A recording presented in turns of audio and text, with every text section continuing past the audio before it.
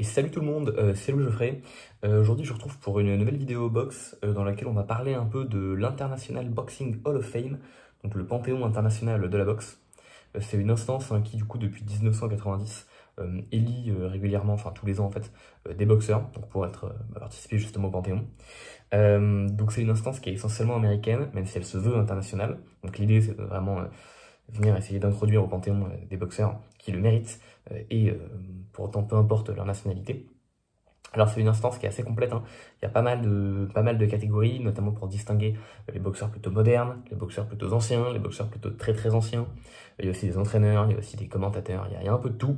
Il y a également d'ailleurs des boxeuses qui sont introduites au Panthéon de la boxe. Ici je vais surtout parler des boxeurs, plus que de tous les autres gens dont j'ai pu mentionner le nom. Globalement, il y a eu l'introduction en fait, de 3 boxeurs cette année, dont je vais parler un petit peu. Bon, c'est déjà pour la session 2025, hein, mais en fait, on a déjà les résultats. Il faut savoir que c'est globalement introduit sous forme de vote. Donc il y a des listes qui sont sélectionnées, qui sont envoyées à des gens qui sont censés s'y connaître dans la boxe. Donc c'est pas un vote populaire, dans le sens où le but c'est pas de mettre au Panthéon les boxeurs les plus connus. Le but c'est de mettre au Panthéon les boxeurs les plus méritants, même si ça peut être des boxeurs pas américains et de petites catégories. Et donc que des gens connaissent pas trop. Donc c'est pour ça que c'est pas du tout un vote où on peut juste voter sur internet. Et donc l'idée c'est que donc il y a un vote qui est organisé en fin d'année pour l'année suivante.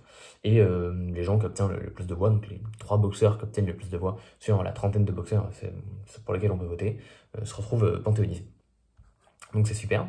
La liste est remplie de noms pour cette année, donc 2025, les votes ont déjà eu lieu. Et la liste des gens pour qui on pouvait voter était remplie de noms, vraiment tous légendaires, de gens dont on comprend qu'à moitié pourquoi est-ce qu'ils ne sont pas encore au Panthéon pour certains. Et donc on a eu les 3 personnes qui ont eu la chance de se faire introniser. Donc essentiellement on a eu Manny Pacquiao qui a été intronisé au Panthéon de manière très logique, je vais y revenir plus tard. On a Vinny Pazienza, si jamais c'est un boxeur des années 80-90, peut-être que certains le connaissent. Et on a eu Michael Nunn, un excellent poids moyen, pareil des années 80-90. D'ailleurs il est passé en super moyen et même en mi-lourd, mais c'est vraiment en moyen qu'il était le plus dévastateur. Et c'était ça entre fin 80 et début 90. Il y a également eu des femmes que pour le coup je connais pas trop, sauf Anne-Sophie Matisse, une française. Je crois que c'est la première française Hall of Fame, donc c'est très cool. Et après il y a eu un seul All-Timer, donc un seul vieux boxeur qui a pu être intronisé, qui s'appelle Rodrigo Valdez. Pour le coup je n'ai pas vu de liste passer sur les All-Timers à cocher, donc je sais pas exactement comment le vote est fait à ce niveau-là. Tout ce que je peux dire c'est que Rodrigo Valdez, donc c'est un boxeur colombien, qui a donné des combats très très durs à Carlos Monzon. Il en a donné 2, dont un qui était assez serré, c'était le dernier combat en carrière de Monzon.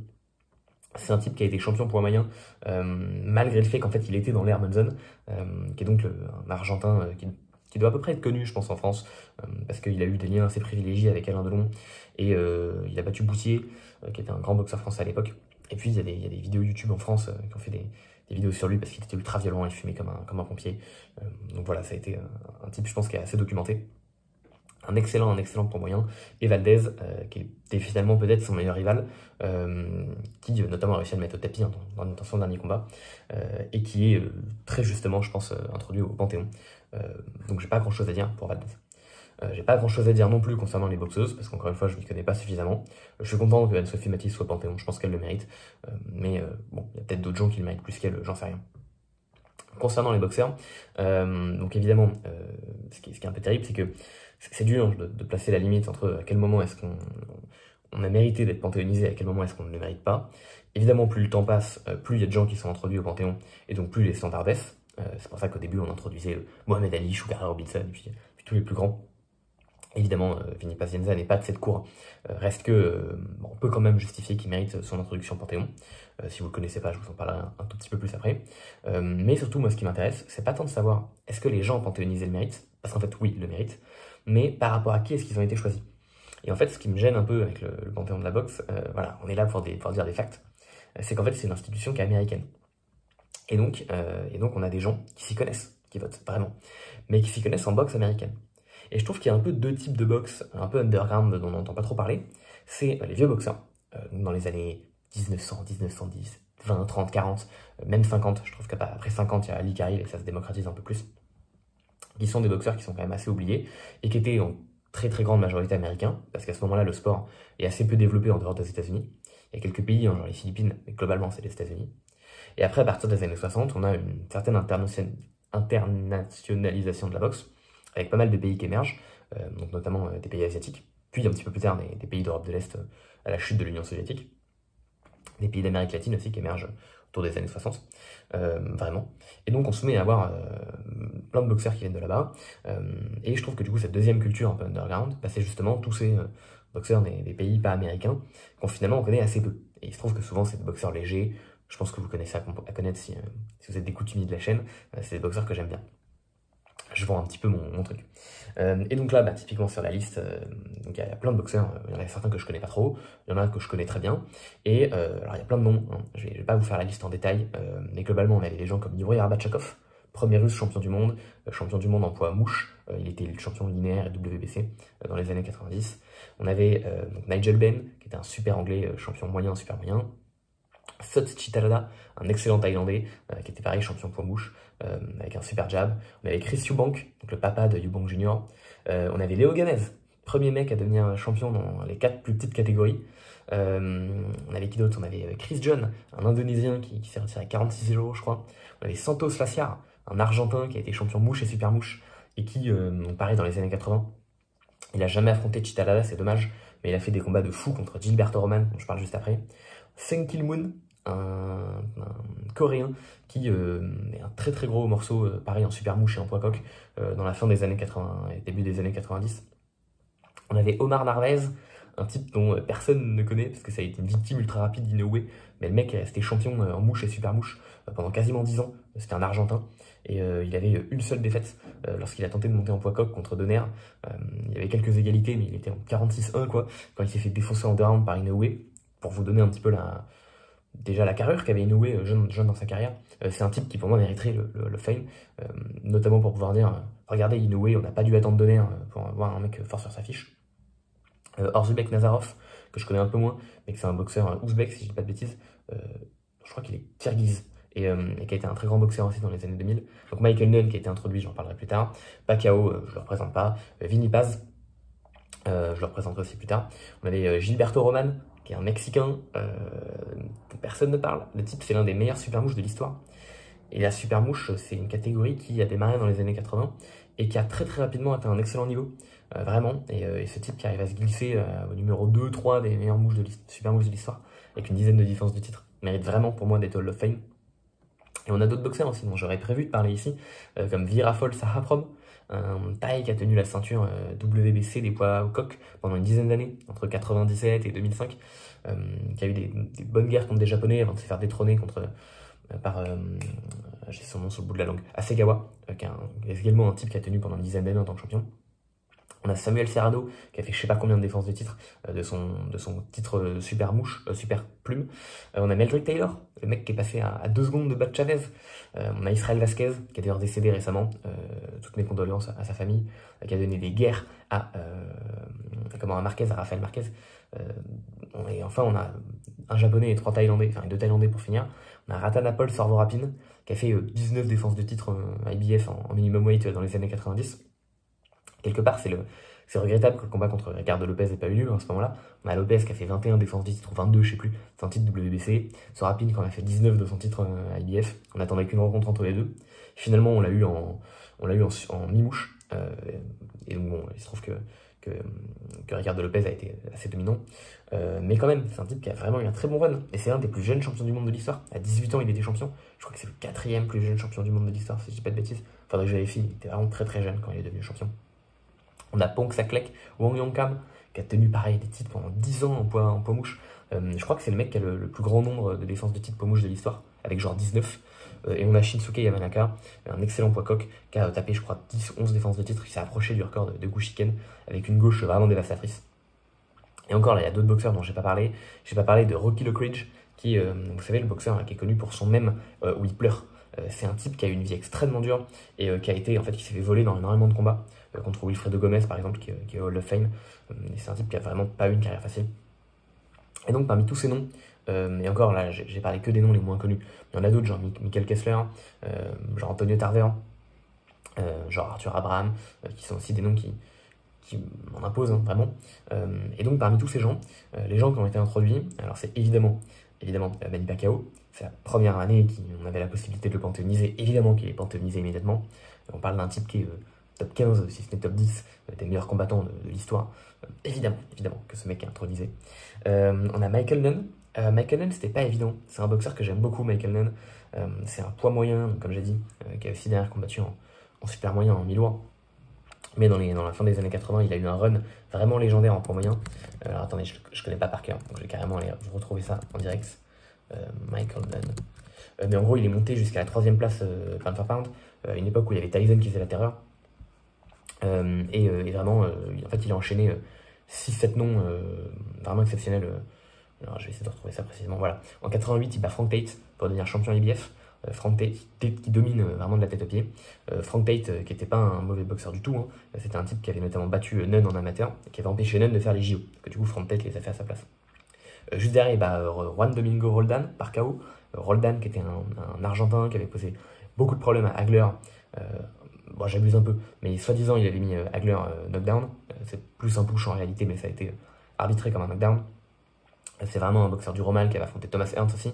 Derrière, il met un KO en un round à Sumbu Kalambe, qui était champion WBA à l'époque, mais il s'est fait retirer sa ceinture avant le combat.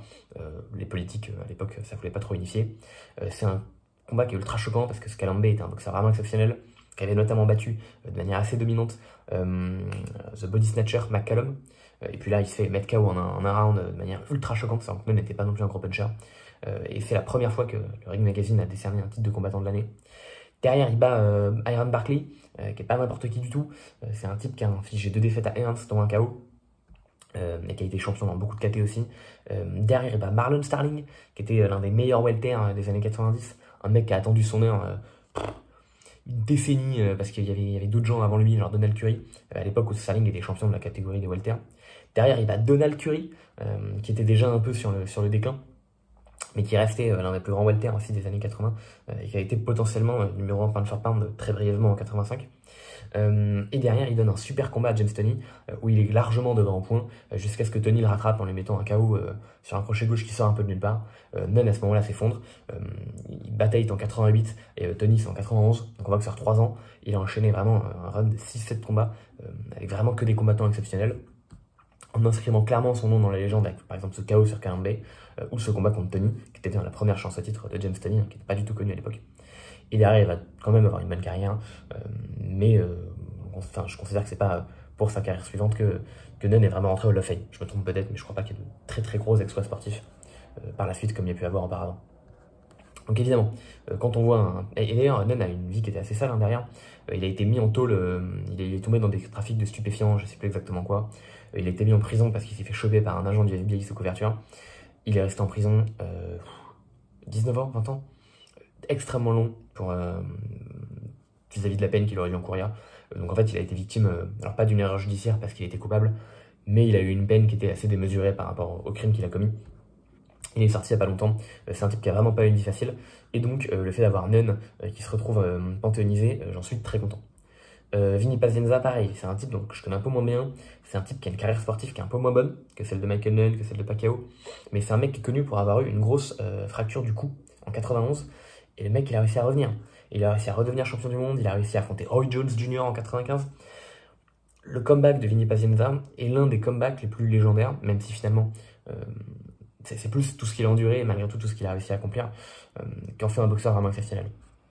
Et donc finalement, qu'on ait ces 3 boxeurs qui se retrouvent panthéonisés, j'y vois vraiment aucun problème. Aucun problème.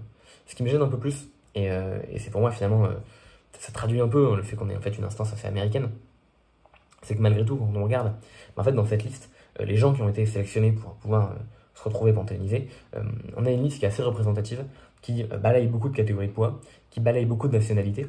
Et pour moi, cette liste-là, c'est une liste qui est objective, avec évidemment des critères qui seraient durs à définir. En tout cas, c'est une liste qui me convient et qui est assez représentative de voilà, différentes époques, différentes catégories de poids, différentes nationalités. Donc c'est super.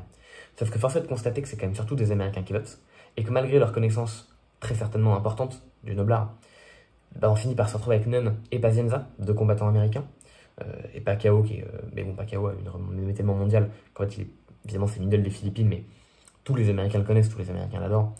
Donc quelque part, il a été très largement adopté par le pays, hein, c'est comme Golovkin. Certes, il est kazakh, mais il a été très largement adopté par les États-Unis et par le monde de manière générale. Donc c'est un peu des exceptions, ces boxeurs dans leur pays. Et malgré tout, force est de constater qu'il y a d'autres boxeurs comme Gilberto Roman. Est-ce que vraiment Gilberto Roman est moins méritant au Hall of Fame? Est-ce que vraiment Ponxakley Kongyong Kam est moins méritant au Hall of Fame? Est-ce que vraiment Virapol Sahaprom est moins méritant? Et c'est vrai que quand je vois quand même tous ces noms avec des boxeurs que j'aime beaucoup, je pense à Santos Laciar, je pense à Rocky Lockridge. Et encore, il y a des noms pareils, je pense à Omar Narvaez, je pense à Sun Kill Moon. C'est peut-être des boxeurs qui ont moins fait rêver l'Amérique, assurément. Est-ce que pour autant le but du Hall of Fame, c'est pas de panthéoniser des boxeurs qui le méritent, plus que des boxeurs qui ont été populaires? Et voilà, bon, c'est des questions, vous comprenez, je pense, à laquelle j'apporte déjà des réponses. Ce serait évidemment très compliqué de choisir seulement 5 noms dans toute cette liste, si j'avais dû voter. Parce que forcément, il y a énormément de boxeurs qui méritent. Et encore, je vais pas parler de Acelino Freitas, qui est un Brésilien, l'un des mecs qui frappe les plus forts du monde pound for pound. Je vais pas parler de Miguel Apilora, qui est un super défenseur. Je vais pas parler de Dariusz Michalczewski, qui a empêché Roy Jones d'être undisputed parce qu'il avait la ceinture WBO et le titre linéaire pendant des plombes. Bon, le combat s'est jamais fait parce que c'était pas un nom très vendeur, mais malgré tout. Voilà, il y a beaucoup de noms ici. Et puis il y a même des noms que je connais pas trop, hein. Genre Vuyani Bungu, je le connais pas. Donc il y a également peut-être d'autres gens exceptionnels dans cette liste sur lesquels il faudrait que je creuse un petit peu le palmarès et leur histoire. En tout cas, malgré tout, c'est vrai que je pense qu'on peut émettre certaines critiques vis-à-vis de ça. Et ça fait un petit moment que je voulais porter un regard critique sur le Hall of Fame, parce que je pense que c'est une instance qui a une importance particulière. Lorsqu'on examine des palmarès de boxeurs passés, et je parle typiquement de boxeurs soit des contrées asiatiques à partir des années 60, soit américains à partir des années 1900, forcément on ne connaît pas les noms sur le palmarès. C'est ça le problème. Si actuellement je vous montre un boxeur mi-mouche des années 90, des années 80, par exemple Junko Cheng, vous pouvez me dire ok, il a un bon palmarès, mais bon, je le connais pas moi, Junko Cheng. Et puis du coup, quand je regarde ce qu'il a affronté, ok, il a fait beaucoup de défenses de titre, mais c'est pas comme s'il avait affronté des gros noms non plus. Et en fait, c'est juste qu'il a affronté des gros noms, mais qu'on connaît pas les noms qu'il a affrontés. Donc forcément, on a envie de dire facilement que c'est un boxeur qui a affronté, je sais plus, il a défendu son titre 16 fois, je crois. C'est assez tentant de dire qu'il a affronté 16 conducteurs de bus. Et en fait, le Hall of Fame, pour moi, est une métrique qui permet facilement de se dire « Ah bah non, en fait, il a affronté des gens qui sont forts. » Parce que c'est des gens que je connais pas, mais c'est des gens qui sont au Hall of Fame. Et par exemple, il a gagné contre Sochi Talada en 84. Si Chitelada avait été intronisé cette année, on se serait dit « Ok, il a affronté un mec du Hall of Fame. » Sauf qu'en fait, c'est pas le cas. Et bon, il se trouve que Cheng est tellement un boxeur resplendissant qu'il est lui-même panthéonisé, mais force est de constater que très peu de ses adversaires le sont, alors que beaucoup le mériteraient. Beaucoup, j'exagère, mais plusieurs le mériteraient. Et du coup, cette métrique du Hall of Fame permet facilement de déterminer qui sont les excellents combattants américains du passé. Par exemple, l'exemple le plus connu, Harry Greb, qui a affronté, je sais plus, gagné contre 16 mecs du Hall of Fame. Enfin, évidemment que ce mec est une légende absolue, mais pour tout un tas de pays asiatiques, c'est beaucoup plus compliqué. Et c'est pour ça que je regrette que malgré la présence justifiée et abondante de boxeurs plus légers et de nationalités différentes dans la liste des gens pour qui les votants ont pu voter, on retrouve 2 Américains et Pacquiao. Parce que vraiment, Gilberto Roman mérite sa panthéonisation. C'est un type qui est potentiellement top 10 des poids, top 10 mexicain à pound de l'histoire, ou top 15 assurément, il mérite sa place. Et il y a d'autres Thaïlandais, je ne sais pas si j'aurais voté pour eux, mais ce serait cool que certains passent. Wong Yong Kam, Vorapin, Sarah Prom, ce serait cool qu'ils passent. Pareil pour Santos Laciar, qui a été une très très grande figure, pareil, c'était un Argentin. Le truc que j'ai oublié de dire, mais dans les années 80, c'était une énorme star en Argentine, Laciar. C'était après Monzon, il n'y avait plus beaucoup de champions du monde, j'ai retrouvé des exhibitions de lui avec Maradona. On a ce niveau-là de stardom.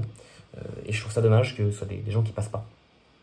Pareil pour Abarchekov, qui a été vraiment pionnier pour la boxe russe, qui a eu une vie très difficile, il a dû s'expat au Japon pour pouvoir se faire une carrière. C'est un type qui mériterait clairement pour moi d'être Hall of Fame. Plus que Nunn, plus que Paz, c'est dur à dire. Juste c'est dommage que ce soit toujours les Américains qui passent. Et au final, en fait, on regarde, il y a très très peu de Thaïlandais qui sont Hall of Fame. De mémoire, il y en a 2. Il y a Kaosai Galaxy et il y a Ponkin Pech. Galaxy qui est le meilleur super mouche de l'histoire et qui a défendu son titre 19 fois. Et puis qui a genre, je sais plus, 44 KO sur 42 victoires, je crois, j'ai vérifié, mais c'est déconnant. Donc évidemment que ce mec est Hall of Fame. Je vais vérifier exactement. Hop. Kaosai Galaxy. On retrouve Ponkin Pech, 47 victoires pardon, pour 41 KO, enfin lunaire. Et le mec s'est retiré avec une seule défaite qu'il a eu en mi-carrière, donc je veux dire, il s'est fondamentalement retiré invaincu. On a Pumpkin Patch qui est le premier champion thaïlandais, triple champion des poids mouches. Les japonais, pareil, il y a très peu de boxeurs panthéonisés au Japon. On retrouve qui? On retrouve Masao Oba, on retrouve Fighting Harada, on retrouve Yoko Gushiken, je crois qu'il y en a que 3. C'est louche qu'il y en ait que 3, surtout quand on sait que... Enfin, je sais pas, pourquoi pas panthéoniser Kuniaki Shibata? Pourquoi pas panthéoniser Jiro Watanabe? Bon, bientôt il y aura Inoue, tant mieux, mais voilà, il y a beaucoup de gens qui mériteraient aussi leur place. Et puis pareil, en Corée, on retrouve très peu. Enfin, je sais plus, on a dû attendre 2013, je crois, pour voir Myung Woo Yu qui a été panthéonisé. Alors que pourtant il y a des noms, rien que Sun Kill Moon par exemple. En Thaïlande, il y a plein de noms aussi. Hein. Et donc voilà, je trouve ça un petit peu dommage. Et j'espère que dans les années suivantes, on se mettra de plus en plus à avoir des boxeurs plus légers, méritants.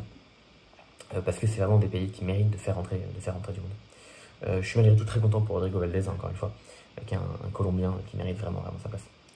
Enfin voilà, petite critique donc un petit peu de tout ça. Le Hall of Fame, c'est quand même une instance qui, comme j'ai dit, est vraiment exceptionnelle pour reconnaître qui sont les grands boxeurs du passé qui méritent d'être panthéonisés. Et si jamais vous voulez vous renseigner sur différents boxeurs, n'hésitez pas à aller regarder qui sont les boxeurs qui ont été panthéonisés très tôt. En 90, on retrouve Ali, Henry Armstrong, Carmen Basilio, Ezra Charles, Billy Conn, Bob Foster, Joe Frazier, Gavilan, Emile Griffiths, LaMotta, Joe Louis, Marciano, Monzon, Moore et Napoles, Winnie Pep, Robinson, Sadler, Walcott, Williams. C'est un pack de combattants vraiment exceptionnel. Et je vous invite vraiment à aller regarder un petit peu les carrières de ces gars-là, et de tous les mecs qui ont été panthéonisés assez vite. Vous tomberez que sur des carrières vraiment exceptionnelles, et des gens qui méritent vraiment l'attention qui leur a été portée ici. Voilà, j'espère que ça vous aura plu. Je pense que les prochaines vidéos, ce sera sûrement des débriefs de ce qui s'est passé cette année, les nominations combattants de l'année, tout ça. Parce que globalement, là, il va juste avoir Usyk Fury, qui va être un combat intéressant. Mais la sous-carte va être moins intéressante. Le combat d'Inoue a été reporté. Même là, ce week-end, on a eu un gros exploit, mais contre Munguia. Mais je pense pas que ça vaille le coup. Enfin, ça a été assez traité, je pense, en France. Ça vaut pas forcément le coup que j'en parle plus en détail. Donc voilà, je pense que je reviendrai surtout pour les nominations. Voilà, j'espère que ça vous aura plu. N'hésitez pas à regarder un peu des carrières de vieux boxeurs. Je vous assure que vous le trouverez vite. Et sur ce, je vous souhaite une très bonne semaine, une très bonne fin de week-end. Et je vous dis à la prochaine. Allez, bye.